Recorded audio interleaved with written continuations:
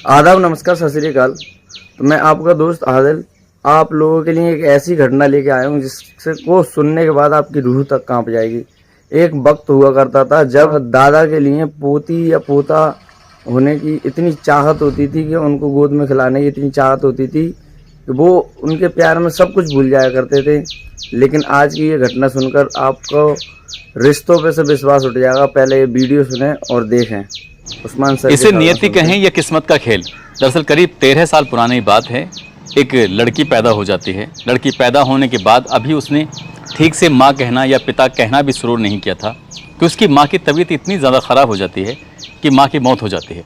अब बच्चों को पालने की जिम्मेदारी बाप के ऊपर आ जाती है। लेकिन कुछ वक्त बीत जाने के बाद उस लड़की के साथ एक ऐसी भयानक घटना होती है जिस घटना को सुनने के बाद शायद आप लोगों का भी रिश्तों से विश्वास हट जाएगा। आप लोग भी सोचने पर मजबूर हो जाएंगे। वो लड़की आज एक ऐसे दर्द, एक ऐसी तकलीफ़ से जी रही है कि जब तक उसकी सांसें चलेंगी शायद उस दर्द को, उस तकलीफ़ को कभी नहीं भुला पाएगी। उसके साथ जो खेल खेला गया, या तो इसे किस्मत कहें या फिर उस नियति का खेल कहें, क्या कहें, आज की इस कहानी को सुनने के बाद शायद आप लोगों को भी बड़ी हैरानी होगी, परेशानी होगी। आदाब, नमस्कार, सत श्री अकाल। मैं उस्मान सैफी। आज की जो सच्ची घटना मैं आपको सुनाने जा रहा हूँ, ये सच्ची घटना है उत्तर प्रदेश का ज़िला है हापुड़, और हापुड़ का ही एक थाना लगता है बहादुरगढ़। दरअसल बहादुरगढ़ थाना क्षेत्र के एक गांव में 13 साल की एक लड़की को कई दिनों से पेट में दर्द हो रहा था। वही जैसे गाँव में कभी हाजमोला या कोई और गोली दे के कुछ इस तरह से पेट पर कुछ उसके गर्म कपड़ा लगाकर कुछ इस तरह के जो देसी नुस्खे होते हैं वही करने की कोशिश की जा रही थी। लेकिन पेट का दर्द था कि लगातार बढ़ रहा था। वो बच्ची कहती है कि मुझे डॉक्टर के पास ले चलो। अब घर में जो भी जिम्मेदार आदमी था उसे डॉक्टर के पास लेके जाना नहीं चाहता था। उस व्यक्ति ने सीधा हापुड़ लेके जाता है। हापुड़ का ही एक मोहल्ला होता है, उस मोहल्ले में उस बच्ची की ताई जी रहती थी। वहाँ जाकर उसके पास, ताई जी के पास, उस बच्ची को जो 13 साल की लड़की होती है छोड़ दिया जाता है। कह दिया जाता है कि इसके पेट में कई दिनों से दर्द हो रहा है, मैंने तो कई जगह दिखाया, अब तुम ही दिखा दो। इतना कह के वो व्यक्ति तो वहाँ से निकल जाता है। और निकलने के बाद ताई जी उस लड़की को देखते हैं। लड़की को देखने के बाद ताई जी की भी हालत ख़राब हो जाती है। तुरंत ही वो उस बच्ची को लेकर हॉस्पिटल पहुँचती हैं। हॉस्पिटल में जैसे जाती हैं तो डॉक्टर लोग उसे देखते ही समझ जाते हैं कि इसको समस्या कुछ गंभीर है। दरअसल वो लड़की प्रेग्नेंट हो चुकी थी। प्रेग्नेंट 13 साल की उम्र में कैसे हुई, क्यों हुई, कई तरह के सवाल थे। लेकिन डॉक्टर ने अपनी तसल्ली के लिए उस लड़की का जब अल्ट्रासाउंड कराया तो अल्ट्रासाउंड कराने से पता चलता है कि वो 7 महीने की गर्भवती है। अब इस बात की जानकारी उस लड़की की ताई जी को दी जाती है कि आपकी जो बच्ची है ये गर्भवती है। अब ताई जी करे तो क्या करे, वो समझ नहीं पा रही थी। तुरंत ही परिवार के बाकी लोगों को बताया जाता है और ये सब जानकारी देने के बाद, इससे पहले कि परिवार के लोगों को जानकारी दी जाती, वहाँ तक बात पहुँचती, डॉक्टर के माध्यम से ये सूचना पुलिस तक पहुँच जाती है। और जैसे ही पुलिस को ये सूचना मिलती है, चाइल्ड वेलफेयर कमेटी भी मौके पर पहुँच जाती है। अब इस लड़की के पास इर्द गिर्द कई लोगों का जमघट था। ये लड़की समझ नहीं पा रही थी कि एक पेट में ही तो दर्द था, थोड़ी सी तो तकलीफ हो रही थी, इतने सारे लोगों का यहाँ आने का क्या मतलब है। एक तरफ डॉक्टर दिखाई दे रहे हैं तो एक तरफ चाइल्ड वेलफेयर कमेटी के सदस्य दिखाई दे रहे हैं, एक तरफ पुलिस की वर्दी पहने हुए कुछ महिलाएं, कुछ पुरुष दिखाई दे रहे हैं। अब हर कोई उसे प्यार से पुचकार रहा है, उससे बातचीत कर रहा है। लड़की से पूछा जाता है कि बेटा तुम्हारा ये पेट बड़ा कैसे हुआ, क्या दिक्कत हुई, क्या परेशानी हुई।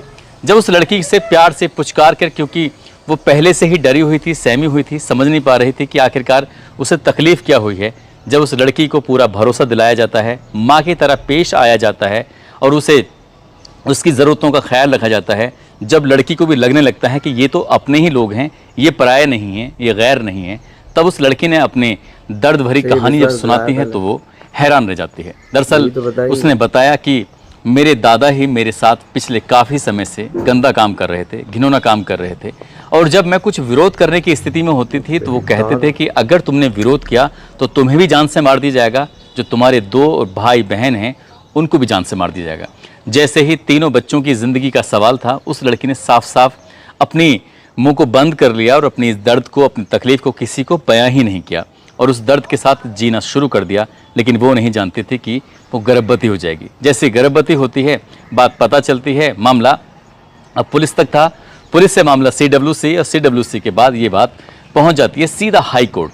हाई कोर्ट में जाया जाता है और ये कहा जाता है कि एक लड़की गर्भवती है, उसके गर्भपात कराने की अनुमति प्रदान कर दी जाए। आखिरकार ये बच्चा पैदा होगा तो इस बच्चे को कौन इसकी परवरिश करेगा, कौन इसे पालेगा पोसेगा। हाई कोर्ट ने जैसे ही बात सुनी, डॉक्टर की रिपोर्ट देखी, डॉक्टर की रिपोर्ट देखते ही साफ साफ इनकार कर दिया, क्योंकि समय बहुत ज़्यादा बीत चुका है, इसलिए ज़्यादा समय बीत चुका है, अब हम इसकी गर्भपात की अनुमति दे ही नहीं सकते।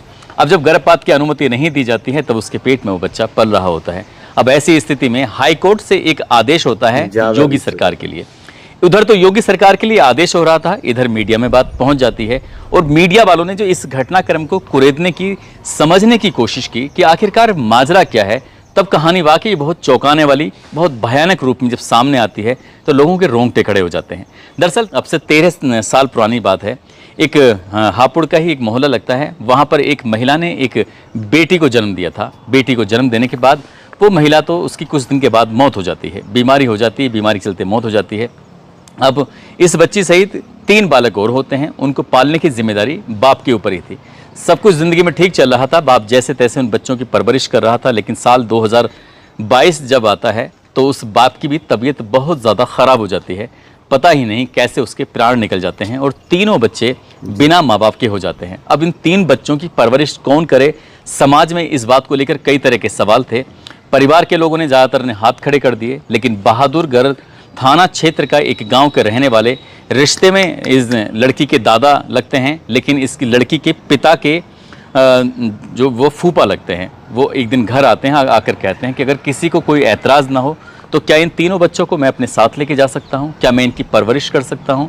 जैसे ये बात सुनी तो सबके सब खुश हो जाते हैं, क्योंकि दादा और दादी दोनों उन तीनों बच्चों के सहारे उनका भी वक्त कट जाएगा। दादा उसे अपनी तीनों बच्चों को साथ लेके चले जाते हैं, लेकिन कुछ वक्त ही बीता था कि दादी की भी मौत हो जाती है। अब दादी की मौत हो जाती है, ऐसी स्थिति में दादा बिल्कुल अकेले पड़ जाते हैं।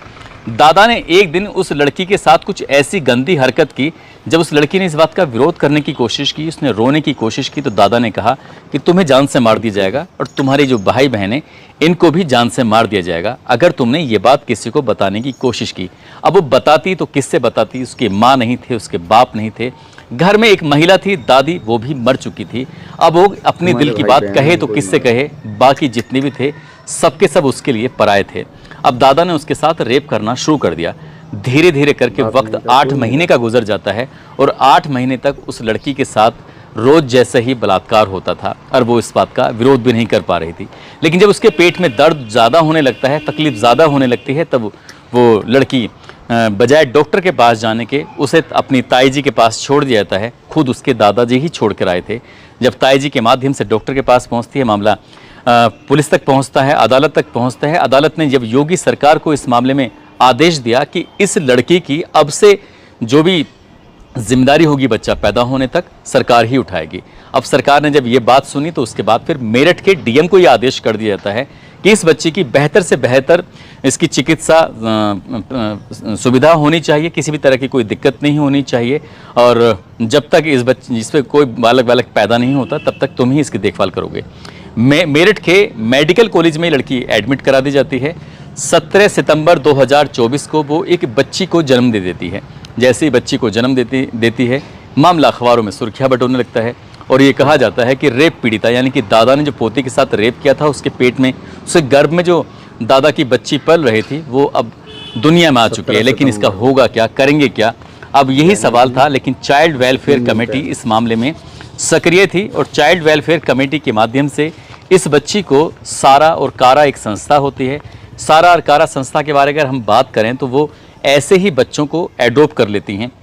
और सारा कारा संस्था से कुछ ऐसे माँ बाप जिनको बच्चे नहीं होते हैं या बच्चों को रखने की ख्वाहिश वो जाहिर करते हैं, तो वो सारा कारा की जो वेबसाइट होती है वहाँ जाकर आवेदन कर देते हैं और आवेदन में लकी ड्रॉ के शायद माध्यम होता है, उससे जिस बच्चे का नंबर जिस माँ बाप के पास तक पहुँच जाता है, फिर उस बच्चे को वो माँ बाप पालते हैं। फिलहाल वो बच्ची सारा और कारा संस्था की तरफ जाने की ओर अग्रसर है। उस बच्ची का क्या होगा जिसके पेट में बच्ची पल रही थी, वो 13 साल की ही तो है। अब उसकी परवरिश कौन करेगा, क्योंकि दादा को जुलाई के महीने में गिरफ्तार कर लिया गया था। गिरफ्तार करने के बाद जेल भेज दिया गया था। पुलिस की कोशिश है कि उसे जब तक वो जिंदा रहे तब तक वो सलाखों के पीछे रहे और बड़ी से बड़ी सजा दिलाने की कोशिश उसको की जा रही है। लेकिन इस बच्ची की परवरिश, बाकी बच्चों की परवरिश, ये बड़ी होगी तो शायद जो दर्द इसने इन 8 महीने या 9 महीने में महसूस किया होगा, वो शायद उस दर्द को कभी भी भूल नहीं पाएगी।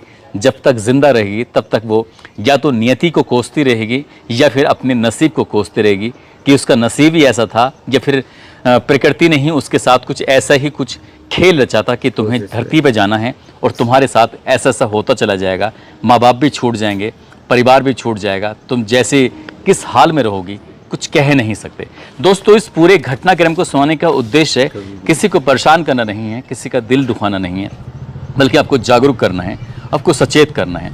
आप बच्चों को कम से कम ऐसी बातें ज़रूर सिखाएं जिससे ये पता चल सके कि सही क्या है, गलत क्या है। अभी भी वो लड़की अकेली ही रहेगी यदि पहले दिन ही जैसे उसके साथ गलत काम हुआ था या होने की कोशिश हुई थी, काश उसने उस दिन अपने दादा का पुरजोर तरीके से विरोध किया होता तो शायद उसके साथ कभी ऐसा घटना होती ही नहीं। लेकिन वो विरोध नहीं कर पाई, उसे डर लग रहा था कि वो जाएगी कहाँ। अब अगर वो सोचे कि अब कहाँ जाएगी तो उसके पास अभी भी कोई सवाल नहीं होगा।